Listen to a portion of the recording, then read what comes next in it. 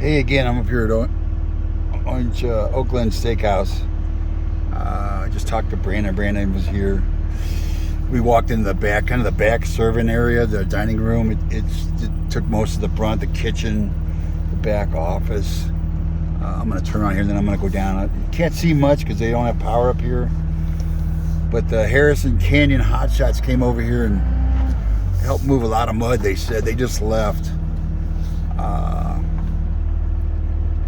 But they supplied a lot of the horsepower. One guy that's helping from Apple Annie's, I didn't get his name, but there's the bear waterfall right there.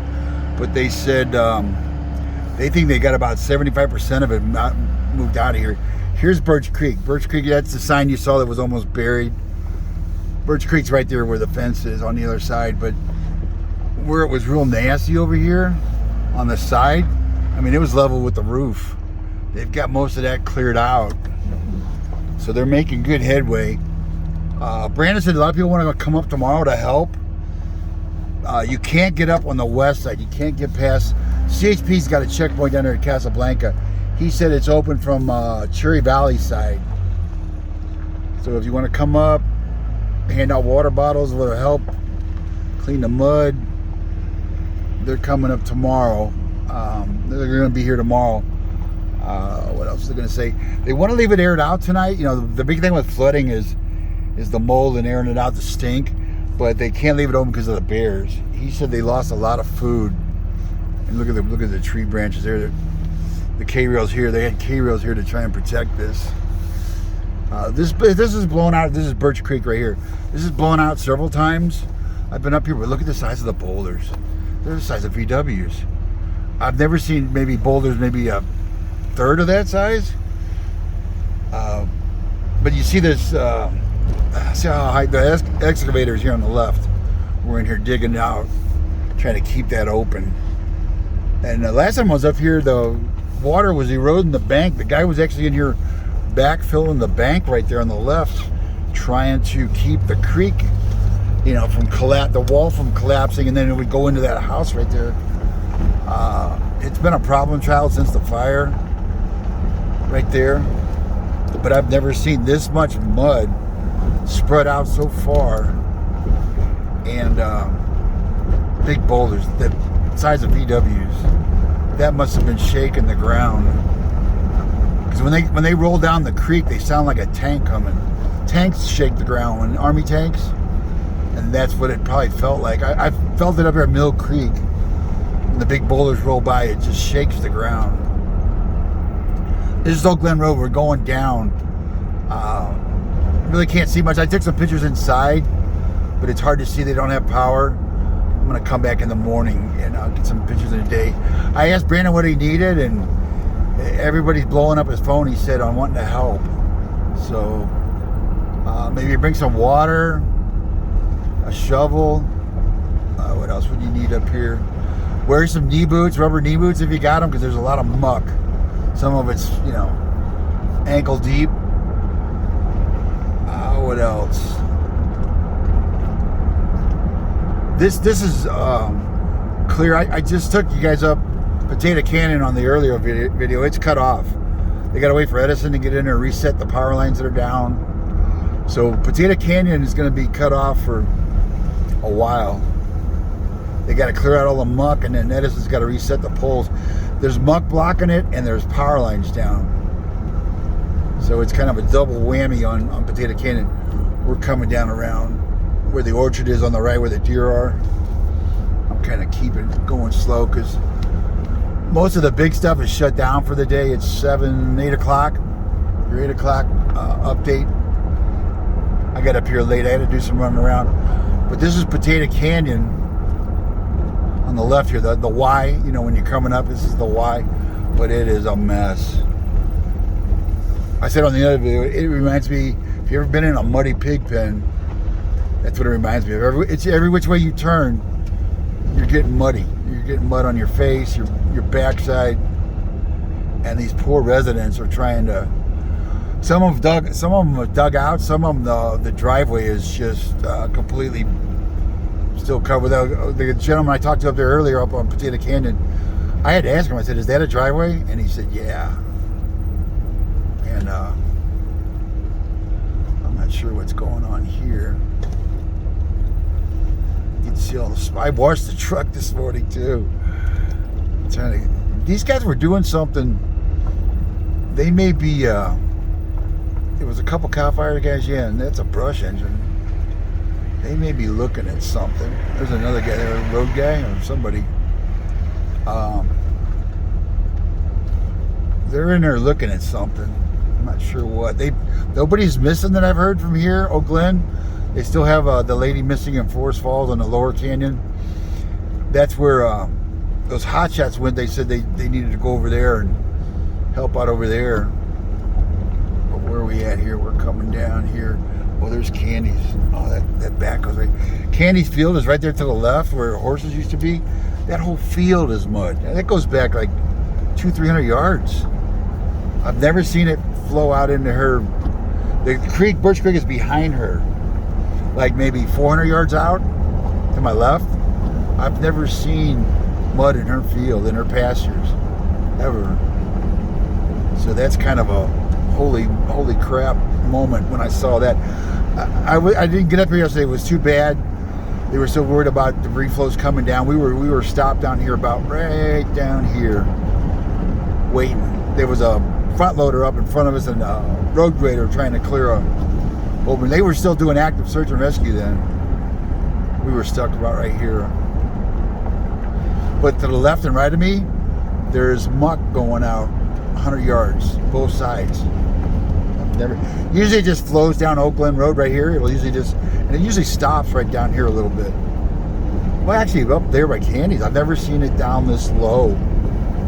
It goes clear down to Casablanca Creek and or whatever that creek is there, Wilson. That creek was blown out down here. You'll see it when we come up to it.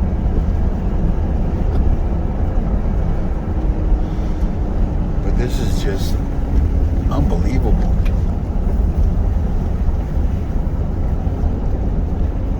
Like I said, you could come in. They said there's no check on the east side. Come up Cherry Valley or through Ukaipa Wildwood Canyon. You could come up that way. Residents. There was nobody checked. There's Eldorado Park there on the right. But see, this debris flow went all the way down, and it's over in these homes on the left. These poor homes. There's Pigsaw Peak Road right there. Give you an idea where we're at. The homes are just full of mud. I mean, not the homes, but well, some are. This car right here is stuck in the mud right there. I guess they tried to drive in. That's where I pulled that Bobcat out. It skits here last year. That guy was trying to help his neighbor. You know, he didn't have a bridge, and he was trying to dig out the creek and filled up about 12 foot of mud. See, look at the boulders. This goes all the way down. This yesterday was tree limbs and boulders. We had to weave through it to get up here. We're getting down by Dorothy Dorothy Palmer. If you remember, I think this is her place right here. She was a big horse lady in Ukaipa, you know, equestrian, and her horse spooked right here and fell on her and killed her right there. I mean, I remember seeing the scanner. I heard it on the scanner, and I called Candy and I said, they put it out as a horse rider down or a horse down. I think it was a horse down. Horse versus vehicle, I think was what they said. And I got a hold of Candy. I said, I think it's a horse rider has been hurt or injured. And it turned out it was one of her best friends, Dottie.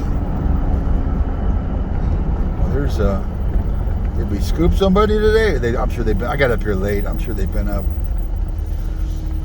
I see the media's always there. There's Channel 5 Live. Channel 5 and contractor guy. Usually, sometimes they'll have a second or third rig for like Channel 7 or Channel 5, and it won't be marked. That's definitely looks like a TV station. They microwave it. Well, they used to microwave it talking to my buddy Dave and I think it's Martin at Channel 7 now still. Yeah, right here. See the creek right here? That was blown out. I'm not sure what creek that is. Wilson Creek maybe? I think Wilson goes down and crosses on Bryant. That's a second creek. That's not Birch. It comes off the bench up there by El Dorado Park. But anyway, they said they upload some of it now. Most of it was cell. And then go satellite. But the olden days, my days, it was microwave. They had to get a line of sight. You know, they had that big crank up tower, that round dish.